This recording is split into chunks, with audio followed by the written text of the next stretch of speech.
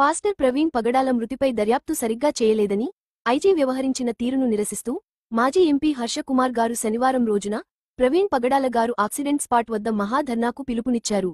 ఈ ధర్నాకు క్రైస్తవ సోదరులు, సెక్యులర్ అంబేడ్కర్ వాదులు భారీగా కలిసి రావాలని కోరారు. ప్రవీణ్ పగడాల మృతిపై ప్రభుత్వ తీరుకు నిరసనగా ఈ ధర్నా నిర్వహిస్తున్నట్టు ఆయన తెలిపారు.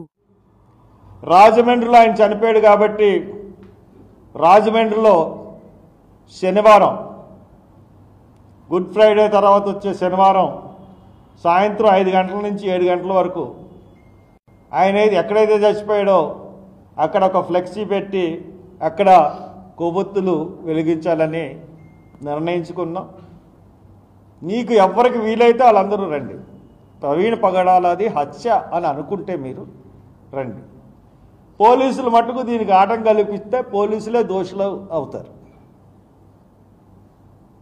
ఎంతమంది వస్తారో అన్నది చూడండి. ఇప్పటికీ అదొక టూరిస్ట్ స్పాట్ కింద ఈ రోజుకి వెళ్ళి అక్కడ ఆగి చూస్తూ ఉన్నారు. సో దట్ శనివారం అందరూ రండి. తర్వాత కార్యక్రమం ఈ దాడుల గురించి ఏ విధంగా యాజిటేషన్ చేయాలన్నది మటుకు నేను కోరుకుంటాను, నేను డిజైన్ చేస్తాను, నేను ప్రజల్లోకి కూడా వెళ్తాను.